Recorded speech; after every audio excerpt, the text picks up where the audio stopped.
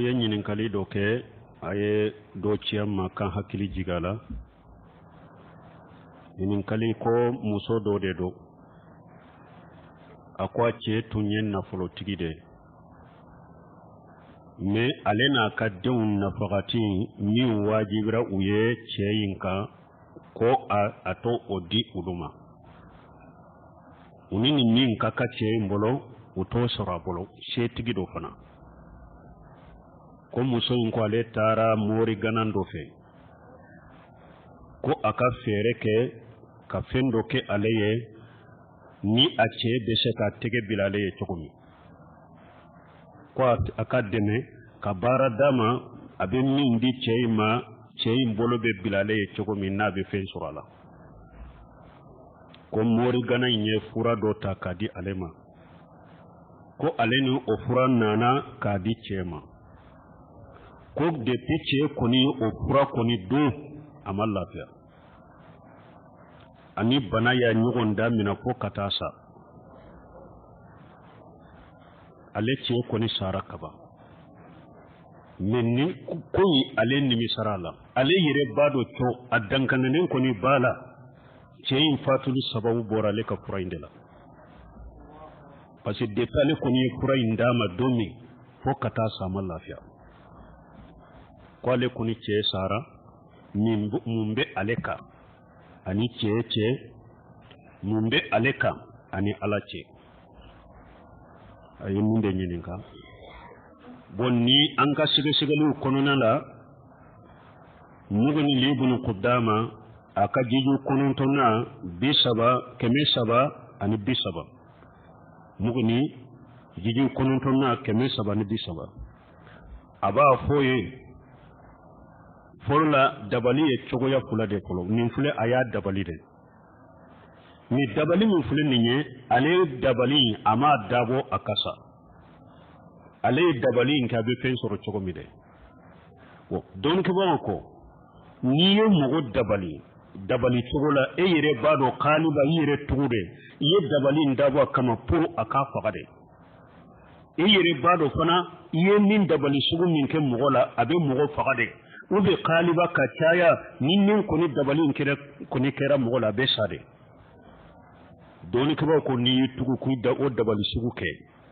n'a tigi sara ni silamɛya sariya bɛ mahakamatu sharaiya ni o bɛ i bɛ se silamɛya sariya ma i bɛ faga de o sugu i bɛ faga de mais boko damadɔ yɛrɛ fa ko annahu sadisu an yaqtulahu bi shihri يقتل قالبا فيلجمه القود لأنه قتله بما يقتل قالبا فأصبح ما لو قتله بسكين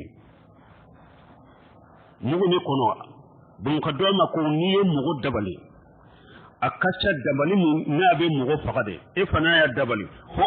أكاشا دي دبلي فنا كاشايا من دبلي سورو ناكرا مغولا دروا بسادي أكون نو أتبي سارا ni wajibre ka fagali bi ka ako parce que nimbe comme ni ye muru ke ka mɔgɔ faga ako fagali bi ka ako wayin kana mimma la yaqtulu qaliba ako min ni ye dabali ke mɔgɔ la i ye dabali min kala ka caya mɔgɔ bolo ni ko ni tɛ mɔgɔ faga aw kana mimma yaqtulu wala yaqtulu umu mɔgɔ ko ni dabali sugu min filɛ nin ye a dɔw bɛ a bɛ se ka mɔgɔ faga a bɛ se ka kɛ fana a tɛ se ka mɔgɔ faga a ko ni ko min kɛra o cogo la fa fihi diyatu duna al-qisas a ko ni y'o dabali sugu kɛ diya de bɛ ka qisasu t'i kan li'annahu amdu qatan fa asbaha dariba al-asa a ko ni u b'a fɔ nin de ma ko yɛrɛtugu katawulama dɔnnibaw b'a fɔ a ma subuhul amdu ko yɛrɛtugu ɲɔgɔnna ka sɔrɔ yɛrɛtugu fana tɛ a ko misaliya bɛ komi n'i ye bere ta bere min mɔgɔw bɛ ɲana nin tɛ se ka mɔgɔ faga e y'a ta ka mɔgɔ dɔ gosi n'a y'a latigɛ a y'a faga u b'a fɔ o ma subuhul amdi min ye fagali t'i ka nin na mais diya de b'i kan donc sɛgɛsɛgɛli la muso ka baara min filɛ nin ye ale ma dabɔ a kama ko a bɛ cɛ in faga ale ye dabali sugu de kɛ dabali min a bɛ fɛn sɔrɔ a la a ka ca ala fɛ fana ni fura mɔgɔ ka a mi dumuni kɔnɔ a ka ca fana ate mogo faga kacha fana do be ska do mogo faga do be ska gate mogo faga ale koni ma dabo faga li kama donc nimbe ko mi subuhu ale amdi yere tugu bonko nyogonya de ninye doni ke bawo ye min bila kaya min dabali sugula ko pula de baka ko folo dia baka dia subuhul amdu ka dia adiyatul mukhallajatu dia girman de beka nyame keme fo bi nani mbe kake u kono mado u dembu kono o de beka me nyame keme abe bilika faso de ka kabila de ba boy kelende kabila de be je kabo me komi mahakamatu sariyate o kirite mogote se kabila ka fana ni mahakamatu sariyate o fana kirite jamana kono donc o taka mahakamatu sariyate mahakamatu sariya de bo o kiri kabila ko ba asara ni o te jamana min kono mogo kelente se ko kiri ko ibo bilaka mais ayire ni ala ce ewa anko fulana min baka ani ala ce kafara abe jonkan horonya ni jonko fana te jomma soro abe kalo fulasu ku tugu nyogono oye kafara min bani ala ce dia ko ni kirite ni ale yere tanke annimisara nin togola kafara min bani ala ce abe jon ka horonya jonte sisa donc abe ewa kalo fulasu ku tugu nyogona donc ba ko ni o fana tese o fana la mana na ya sura bana sugu do bala tese ka so pew ube akorola tese ka so pew donc o fana binna ka boaka aka koto obe ala bolo lawara donc anyo min ko ni ye donc ba ko sege nimbe mugo ni kono ni mogo min tara mugo ni nyina nyen ni muro min koy ba soro ani o kofe kitabu do be ko mawsu'atul fiqhiyya o fana jiju muga ani nanina keme fula ani bi woro ani wolon fula o fana ulu fana be kiri ko nin chogola ambe ala dele ala ka tubu ke annaye ala ka ya fannama donc ni nanyu gona kacha a chaman de be kakola koy ni nanyu gona chama de banka kakola ala ka jamana tauhidi de sabati jamana la parce que tauhidi baliya de be nani nimbe ni ay nin ko sugu be jamana ko foyte ni tauhidi baliyate ni tauhidi sabatira tauhidi de be nimbe ge ambe ala de la ka tauhidi sabati jamana ko aha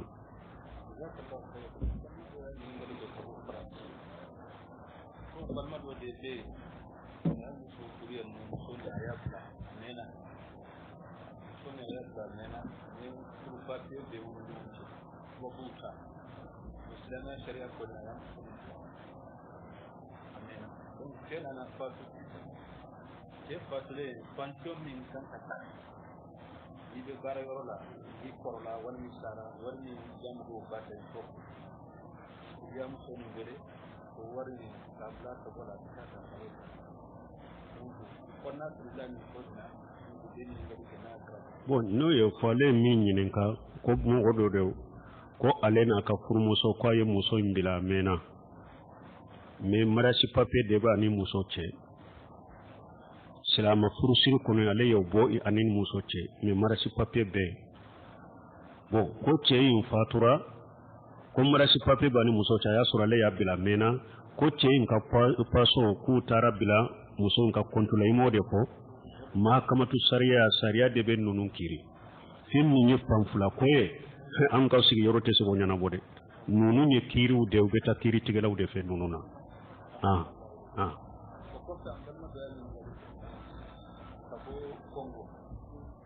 ko sanfula yiki teka yalla man tara ga ni don da mutum ka ajensi ko yiki kam yiki ma ko wari ma yalla wari ni tani ko don de jakka barawata jakka tala o koni balmo do yenyin kalike ko sanfula hiju make ni mo mi eyi ka hiju wari ta ka di azansi tiguma hiju make amara lembu boloye e mata hijiro la ajaka bikawa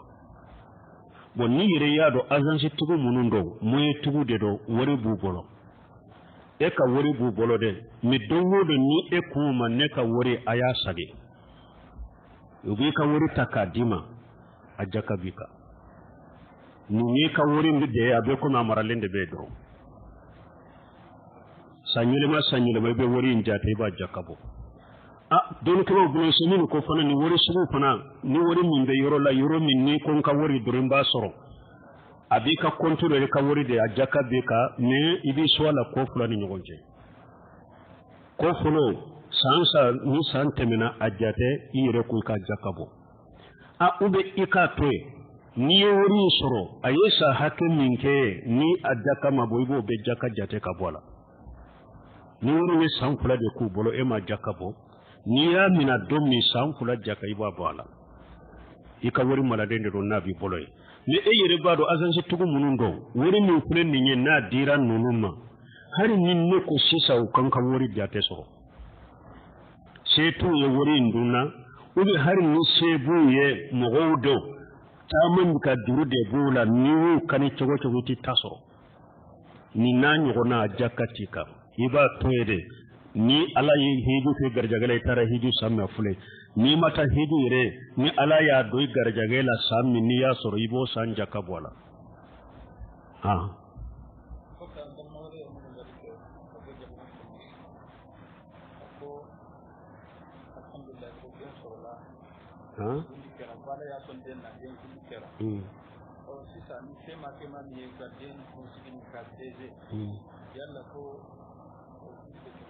bo kombal makke do ko nyinin kali akan nyinin kali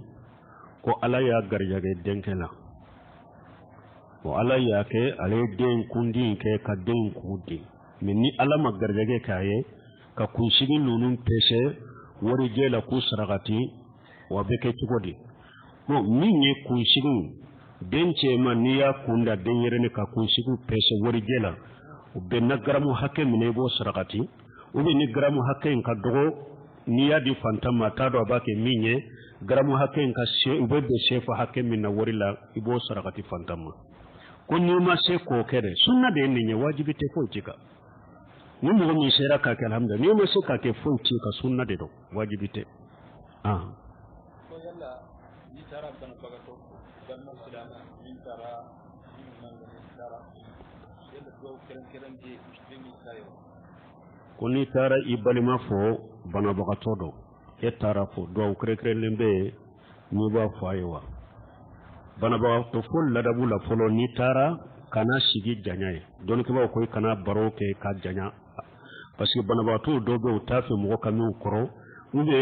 wati fo ka fura do de ta ube darura do be na amaka adama denya ko la utafe ka ke enyana ni tara bana bagato fo kana me akoro fo den ko na ya soro bana bagato imbe e ka baro nyogonya fe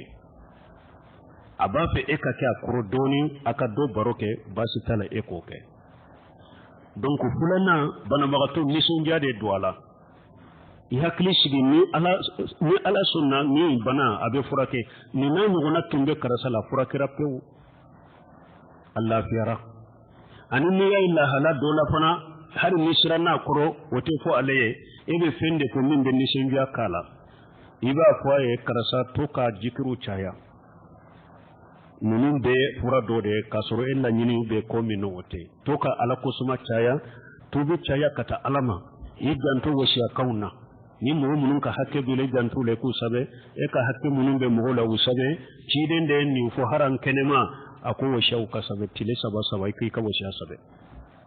i jantu ala kola i jantu ka salli le jantu fardau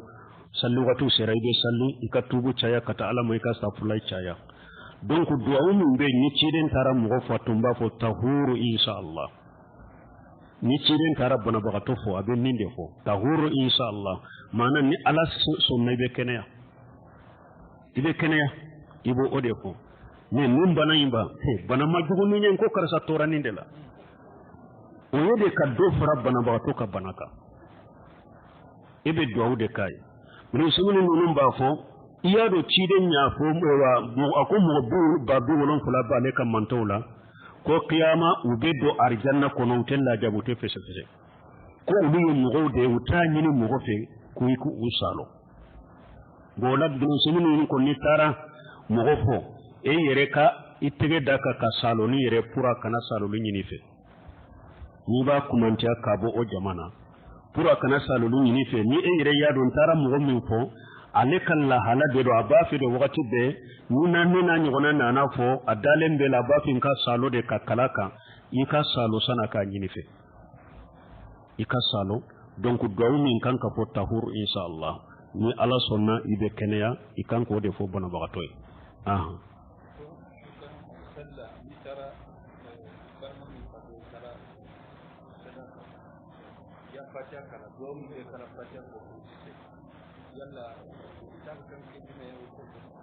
bon koni tara suka sallila tara salli balima do ka suka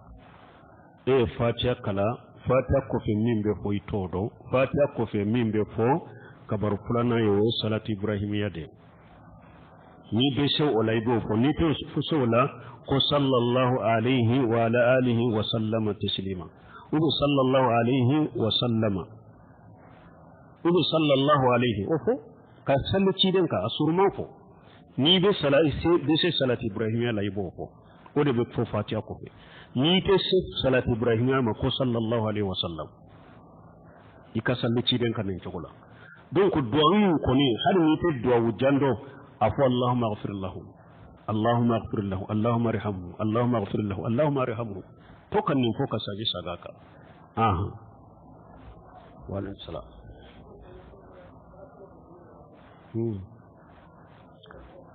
bo ko ce be barasoli min do tege kala wala be chogodi wo otebbe ce wo yem musola dege de ciden ko lana allah lil mutasabbihina min ar-rijal bin nisa ciden ko alay cewu danga cewu munun be musola dege wal mutasabbihat min an-nisa bir rijal ani muso munun fana be cewu la dege cewu ka fununu tama chogonu kuma chogo fana dangale do donc musola la dage de do ce ka barasoli do ategela atebbe ni nye bolon koni bolona nege ce ko do a bolon koni la basi to la de o dagara ni sanute sanu bolona nege te daga ce minnu o te bolona nege to ibo ko bolon koni la basi to la ne barasoli tege kala ina o ye musola dege de a haramu lendo ce ko do ce kanu o do ayerela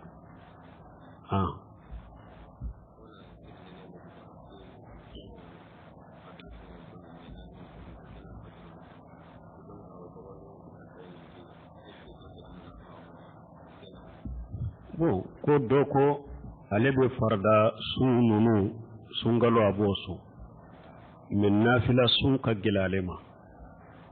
ko wakati dola bena le bisukun kono ko yala ote munafiqiya yiwa la ote munafiqiya silama min farda reka ala ye jamakulu tila sabade sabiquna ube jalimu li nafsi be muqtashidu be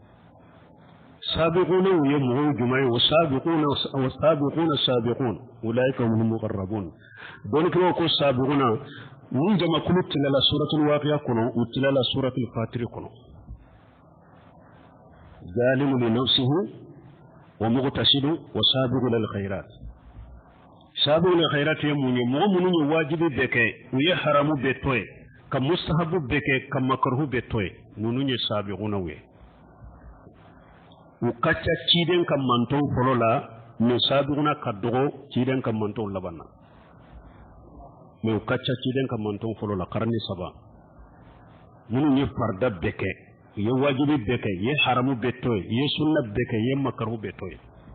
munu ni sabuguna jalimu li nafsi oye ni ni farada do wajibu do ka ye wajibu do toy aye haramu do toye aye haramu do ke ni nye jalimu li nafsi mugtasidu alayhi fardan ke fenwo fe wajibra ka yo ke munu haramu yara ka yo toye me nafila amman nafila ke amman makruhu toye ni wo mugtasidu de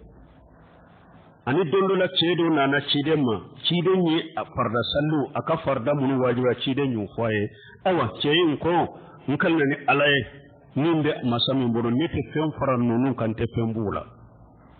cire man nafila u faide ayi farda u de faye akon te fen faran nonu kan te fen bala cire ko kisra na yenninke yenninke ni nonu ke kisra donc wala mu'min ni farda u ke ni masaka nafila minke munafaqiyate nafila ma wajibi ka baraji nyini de do ni sera kan nafila ke ka fara fardaw ka akanyi kosobe mais ni mo min maken se kan nafila sun ke ni wajibi ko ye sungaro sunni de ni yo so o korte ko ye munafiqe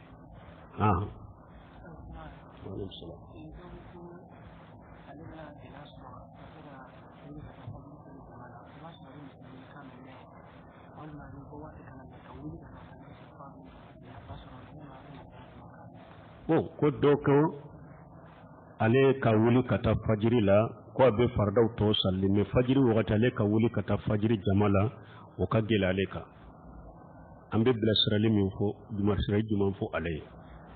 ambe bila sirali min fo ay kono ambe shira atigi kanaye shiren ka hadisa kono asqala salata lil munafiqina salatu al isai wa salatu subh shiren ko fardaw la fardan min ka gele munafiqi ka kate oye wa safu salli de ani soko masalli fajiri salli ambe sira kana yo hadisa yin kono ambe kunnen jamin dama akasira alanye ka bila ka programu da kaira fajiri salli ka wajibi de akan misali yake na be wayashi are poro la ye biye dama ko fajiri ni wati kisoro aba jida kaw alladde ni fajiri sera nabe wuli kata o voyage yoro inade la garata ka gelenowe we jiya voyage de ni arande bu minda mate poako abe fere ka be kunu kata togo mi abeta we la gara voyage e wajiya voyage ka gelewe akodo jiya ka voyage ka gelewe de akan ndo aka programme no dron la garata ka gelenowe la gara ta ka gila ko o bila ka programme na yem mundo kan ni na durabe wuli fajiri la fulana abe sababu ke ni anno yara tilefe na shira ka hari doni sinogo o be mugo deme fajiri wudi ni su fe na pilala su filala ikase ka do sinogo ani fana sababu re mimbe ni ne safo ko pe akana baro janya safo ko pe ni mugo ka baroke katafo ewa minimula katafo ineri ibinyana ni mo bafe ka sufe na fila soro ani ka to ka fajiri soro ulubo ka programu la parce que chide nyire ya ko ako ewa safo ko fe ka baroke chide nyako honna ya soro sababu do safo ko be ambe ibe doni ni do de la doni masala do de la ube duna unde do nana ibu baro nyoko nya doni ununa nyoko na no te chide ko safo ko fe akoni ndo kana baroke baroja safu ko ko dabla sabana na be daka shino sababu munimbe ke sababu kam ko kuna kuluke nin telefoni ko la ka telefoni bila revela wakati ni abafu ka wuli fajiri wakati minye aka telefoni bila la no wakati sera telefoni be sone ka wuli ube ateri nyume mu rebe fajiri sallite ta koda aka kalfa ola karsa fajiri ni wuli la nka telefoni wole ni wuli da fajiri to kan ka telefoni sone kin wone purun ka saka wuli donc ambe konnen jan bilasranu munun kaye o yenninde min bebe ke alanya siranya de kofe ka do ala ka wajibi de do nka donc fonka kede na ya do ka programu la adan tigraka ka shiri adusukun kono ala ba deme e pechiro sala sado de la kan ko Abdullah bin Mas'ud wa ako sufela la ne de lambe wuli mbe salli mais si sa sufela la nte saka wuli ka salli akombe sira akana sore ka junubu yisiri mbe sira kana sore ka junubu yusiri hada made junubu ala kuta fasan be ke sababu ka do mo ni sufe nafila che ka do ni wuli ni che kana fajiri sallula junubu ba ke mola donc ake jantu yere la kasagi kata alama aka yere jate min ala susu ala kuta munum bola akabo ulula donc anyi sababu munum ke sababu nu foye aka uluke ni ala ka jenye fajiri salli be noya be wuli ka salli jamala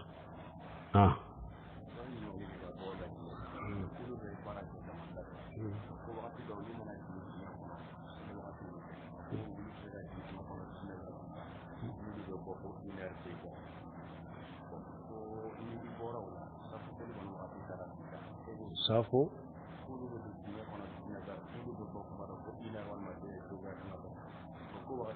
su ineria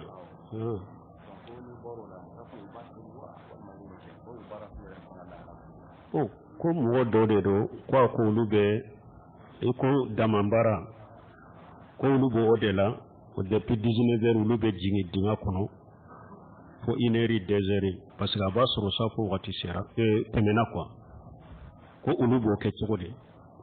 anyo de fala ko faqimu sala inna salata kanat ala al mu'mina kitabun mawquta ala ko ay sallina ta tsogola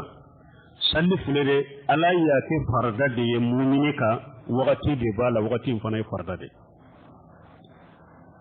ko salli wakati ka kolosi hada maden bolode donc hada maden be jinya bara la ala ko ma khalaqatul jinna wal insa illa liyabudun jinani hada maden madda foy kama foka ala bato amma da ko ambina wari ni koy ala ya fo qur'ana kono wa amuru ahlaka bis salati wastabir alayha ha la nusaluka rizqa nahnu narjuuka wal aqibatu lit taqwa ana ko in ka domba yan nyamara ni salle u ka sabati sallin keleka ni ne garjaga ni balo ne alami obilika ni ka wala ne ala de be garjaga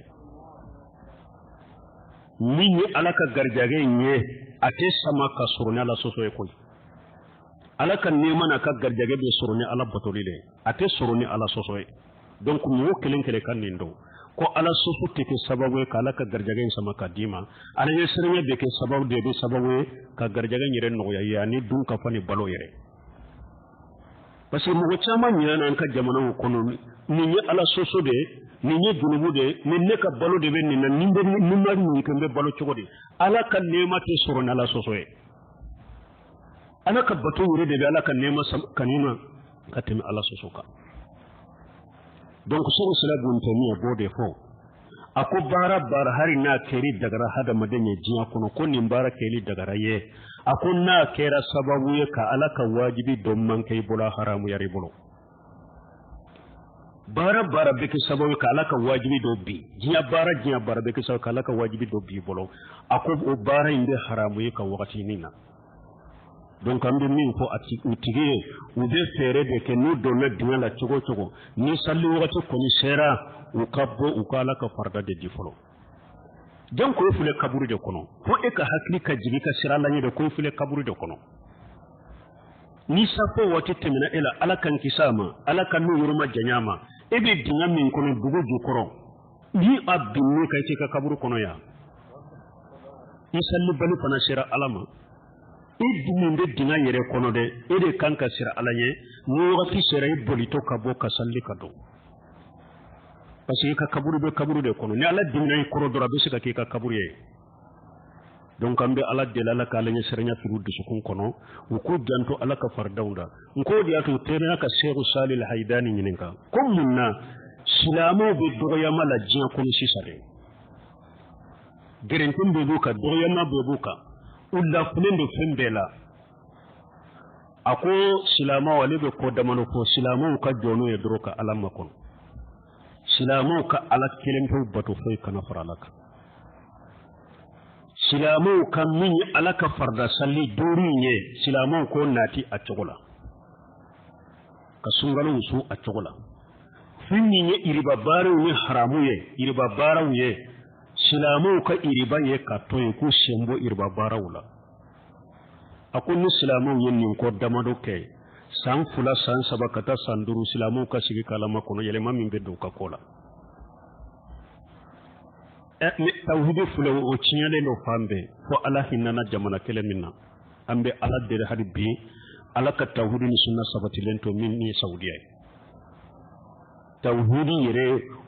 tawhidi be fudda chaman solo yere de la jamana masake o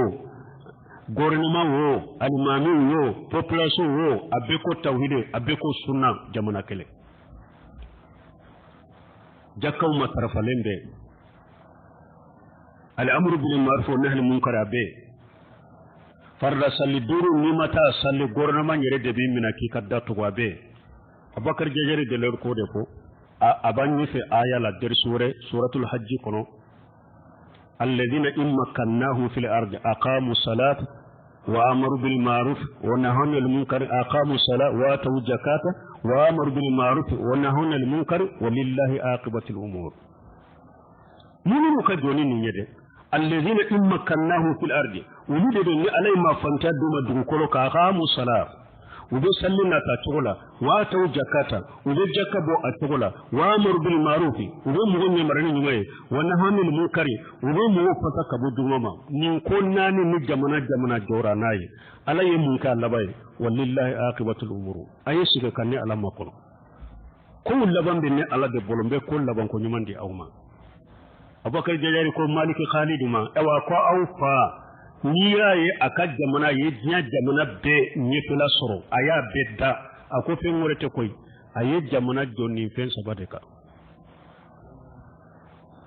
farasal duru fule saudi na wakati sera muudi be yala nu e ka bitigi da yelele nye ibe fere ke mo be sallila karama de be dai ka wori hakke do be ba sara ni ya sara e ka bitigi te da yele tukuni parce ta sara sinya fulo baitu jakka de be ni gouvernement be jakka mina e wa fantaw e wa na politiku la ka di dana ya mo ba tila chugumi e wa fantaw ni ngonji baitu jakka hay'atul amr bil ma'ruf wa nahy al munkar malik abdulaji ya dila saudi hadisi sabe fama be de mi kajama kulu wure forme jamana fantanani be